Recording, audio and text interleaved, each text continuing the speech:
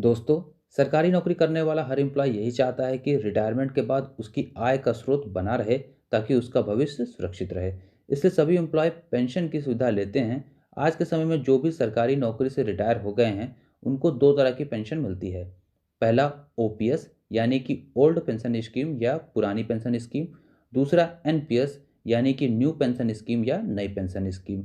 और एक बात, एनपीएस को नेशनल पेंशन सिस्टम या न्यू पेंशन सिस्टम के नाम से भी जाना जाता है। यहाँ पे ओपीएस और एनपीएस दोनों ही एक दूसरे से काफ़ी भिन्न हैं।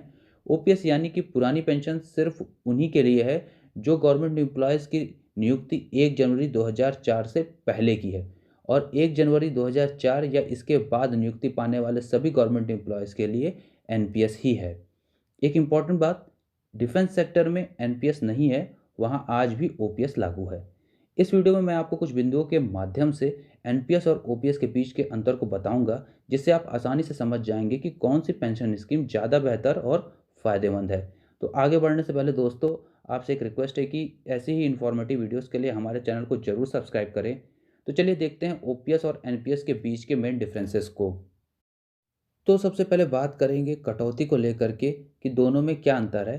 तो ओपीएस यानी कि पुरानी पेंशन प्रणाली में एम्प्लॉय की सैलरी से किसी भी प्रकार की कोई कटौती नहीं की जाती है। लेकिन एनपीएस में एम्प्लॉय के मूल वेतन प्लस डीए से प्रतिमाह 10% की कटौती होती है। इसको एक उदाहरण से समझते हैं।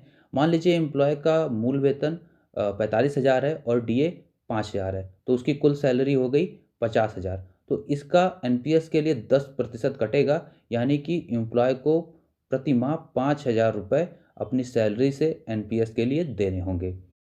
अगर आपको एनपीएस के बारे में संपूर्ण जानकारी चाहिए कि एनपीएस में क्या रिस्क होते हैं, कितना रिटर्न मिलता है, तो इससे संबंधित वीडियो का लिंक डिस्क्रिप्शन में दिया हुआ है। आप वहां से वीडियो को देख सकते हैं या आई के बटन पर क्लिक करके भी वीडियो को देख सकते हैं। अब बात करते हैं दूसरे पॉइंट को लेकर के, जीपीएफ। पुरानी पेंशन स्कीम में एम्प्लॉय को जीपीएफ की सुविधा मिलती है, जबकि एनपीएस में जीपीएफ की कोई भी सुविधा नहीं मिलती है। तो सबसे पहले देखते हैं जीपीएफ होता क्या है। तो जीपीएफ यानी कि जनरल प्रोविडेंट फंड या सामान्य भविष्य निधि में अगर कोई गवर्नमेंट एम्प्लॉय सदस्यता लेता है, तो उसको अपनी सैलरी का कम से कम 6% जीपीएफ में जमा करना होता है। और जीपीएफ में बहुत सारे फायदे होते हैं, जैसे कि जीपीएफ में जो पैसा जमा करते हैं उस पर उच्च ब्याज दर 7 से 8% तक का होता है। जीपीएफ में जमा राशि के आधार पर आपको लोन भी मिल सकता है, और समय अवधि पूर्ण होने के बाद आपको जीपीएफ का पूरा पैसा मिल जाता है, जो कि टैक्स फ्री होता है। अगर एम्प्लॉय की मृत्यु हो जाती है, तो जीपीएफ में जो भी राशि होती है वह उसके नॉमिनी को मिल जाती है। चूंकि एनपीएस में जीपीएफ जैसी कोई सुविधा नहीं होती है, इसलिए एम्प्लॉय को ऐसे फायदे भी नहीं मिलते हैं। अब अगले पॉइंट को देखते हैं, पेंशन की राशि। तो ओपीएस में आपको रिटायरमेंट के बाद कितनी पेंशन मिलेगी यह निश्चित होता है।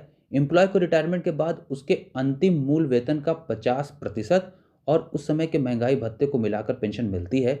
इसको एक उदाहरण से समझते हैं। मान लीजिए एक एम्प्लॉय का अंतिम मूल वेतन यानी कि लास्ट बेसिक 50,000 रुपये है, और उस समय का डीए यानी कि महंगाई भत्ता 5,000 रुपये है। तो उस एम्प्लॉय को जो पेंशन मिलेगी वह हो जाएगी 50,000 का 50% प्लस डीए, यानी कि हो जाएगा 25,000 प्लस 5,000, और यानी कि ये हो जाएगा 30,000 रुपये।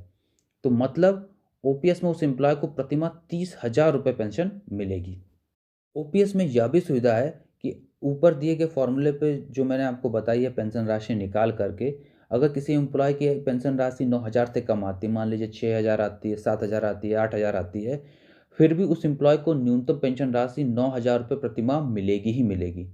लेकिन एनपीएस में एम्प्लॉय को रिटायरमेंट के बाद कितनी पेंशन मिलेगी यह निश्चित नहीं होता है, क्योंकि एनपीएस शेयर मार्केट पर निर्भर होता है, और शेयर मार्केट में भविष्य में कितना रिटर्न मिलेगा यह कोई भी कंफर्म नहीं बता सकता है। यही कारण है कि एनपीएस में न्यूनतम पेंशन राशि भी निर्धारित नहीं की गई है। तो अगला पॉइंट देखते हैं, महंगाई भत्ता या डीए। पुरानी पेंशन में एम्प्लॉय को प्रत्येक 6 महीने के बाद डीए का लाभ मिलता है, लेकिन एनपीएस में डीए का कोई लाभ नहीं मिलता है। इसमें आपको दिए हुए प्लान के अनुसार एक फिक्स्ड पेंशन ही मिलती है। नेक्स्ट पॉइंट हम बात करेंगे न्यूनतम पात्रता अवधि पर, यानी कि आपको कब से पेंशन मिलना शुरू होगी। तो ओपीएस में जो सेंट्रल गवर्नमेंट एम्प्लॉयज़ रिटायरमेंट से कम 10 वर्ष की नौकरी कर चुके होते हैं, उनको पुरानी पेंशन मिलती है। इसको एक उदाहरण से समझते हैं। मान लीजिए कि कोई गवर्नमेंट एम्प्लॉय है जिसका रिटायरमेंट 45 वर्ष की आयु में हो जाता है और साथ ही साथ उसने कम से कम 10 वर्ष की नौकरी भी की है, तो उस एम्प्लॉय को पुरानी पेंशन मिलेगी। मतलब कि ओपीएस में आपका रिटायरमेंट कब हो रहा है इससे कोई मतलब नहीं है, बस आपका सेवा काल कम से कम 10 वर्ष का होना चाहिए। लेकिन एनपीएस की बात करते हैं तो इसमें एम्प्लॉय को 60 वर्ष की आयु होने पर ही पेंशन मिलती है। अब अगले पॉइंट को देखते हैं, ग्रेच्युटी। अगर हम बात करते हैं रिटायरमेंट ग्रेच्युटी को लेकर के, तो ओपीएस में ग्रेच्युटी के तौर पे मूल वेतन प्लस डीए का 16 गुना या अधिकतम 20 लाख रुपए मिलते हैं, जो कि टैक्स फ्री होता है।